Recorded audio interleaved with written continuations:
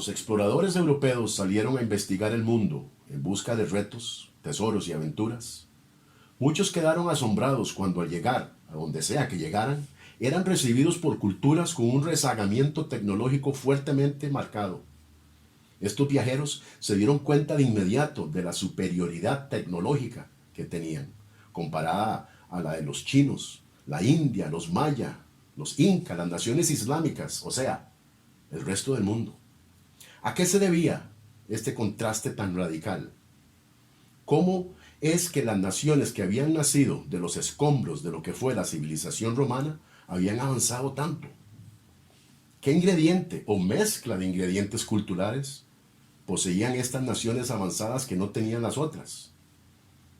La respuesta, curiosamente, se halla en la herencia de dos ciudades, Atenas y Jerusalén. De Atenas se heredaron la democracia y el razonamiento, y de Jerusalén el monoteísmo y un código moral basado en los escritos judeo-cristianos.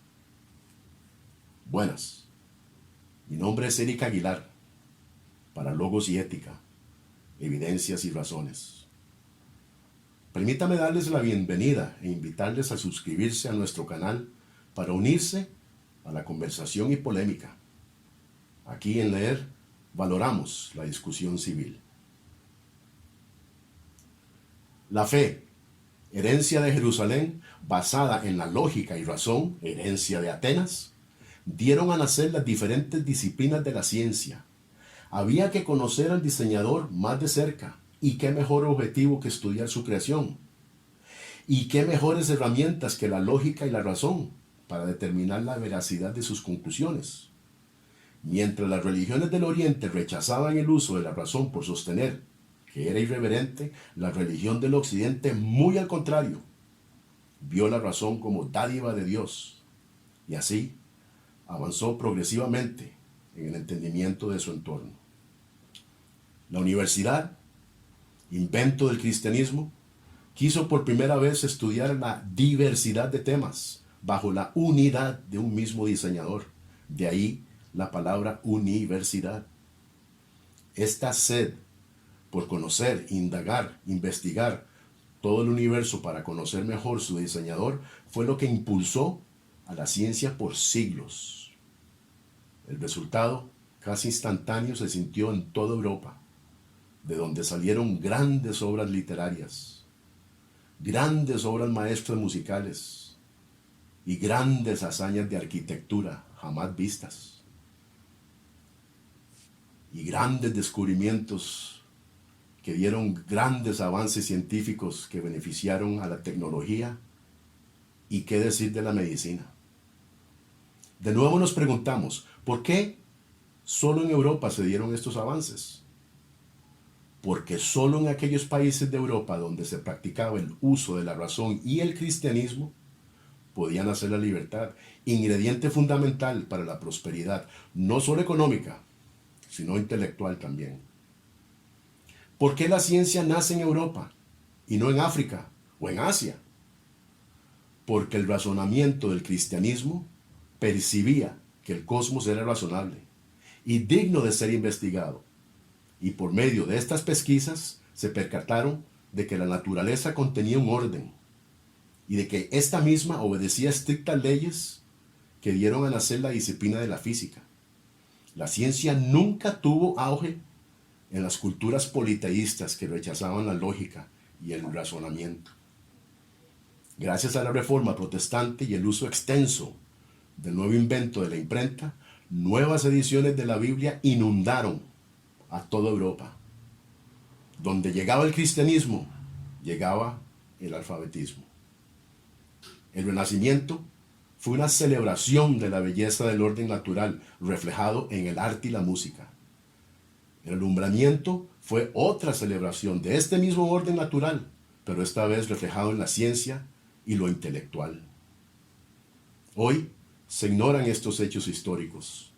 El revisionismo izquierdista que invadió todos los salones académicos del Occidente ha venido por décadas editando la historia. En vez de presentar los hechos, el revisionismo busca interpretar los eventos de manera que se ajusten a su doctrina y así señalar acusar y culpar. Los progresistas usan la palabra religión para referirse a cualquier fe teísta. Y por lo tanto, cuando usan esta palabra, incluye al cristianismo del que venimos hablando, como también al catolicismo, la fe judaica y la musulmana, entre otras. Dentro de las acusaciones más absurdas que surgen a menudo de estos progresistas, es la de que la religión ha sido la causa de más guerras en toda la historia del ser humano. Una simple ojeada a la enciclopedia de guerras nos aclara que los conflictos religiosos desde el año 800 a.C. hasta el año 2000 de la actualidad cuentan con menos de un 4% del total de guerras globales. Un 4%.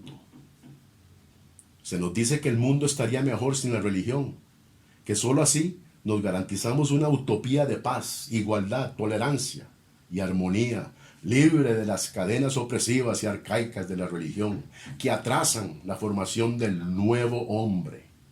Sin embargo, el siglo pasado fue testigo del resultado de este experimento social en China, Unión Soviética, Camboya, entre otras, donde estos gobiernos no religiosos causaron océanos de sangre y montañas de cadáveres, destruyendo la vida de más de 100 millones de su misma gente. El nuevo hombre era un cadáver. Y aparentemente cuando no hay religión, hay infierno.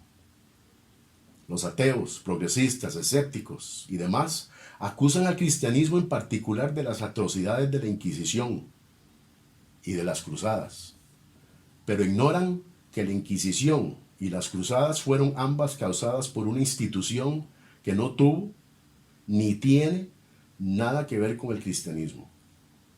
Una institución corrupta y hambrienta de poder que claramente actuaba en contra de las enseñanzas del Nuevo Testamento.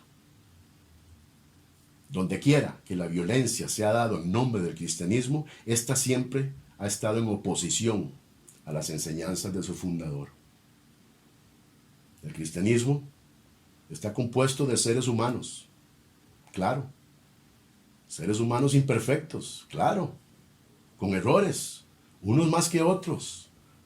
La historia nos revela estos fracasos y seríamos absurdos si no reconociéramos estas fallas. Sin embargo, estos seres imperfectos y llenos de errores fueron los fundadores, en nombre de su religión, de escuelas, colegios, universidades, clínicas, hospitales, comedores, orfanatorios, centros de caridad. Es más, la lectura táctil para ciegos, conocida como Braille, viene del cristianismo. ¿Y qué decir de grandes científicos como Copérnico, Galileo y Newton? ¿Y qué tal Blaise Pascal, inventor de la calculadora? Alessandro Volta, inventor de la batería eléctrica. Ernest Walton, pionero en física nuclear, etcétera, etcétera. Todas estas cosas que nos parecen normal hoy en día fueron iniciadas y avanzadas por el cristianismo.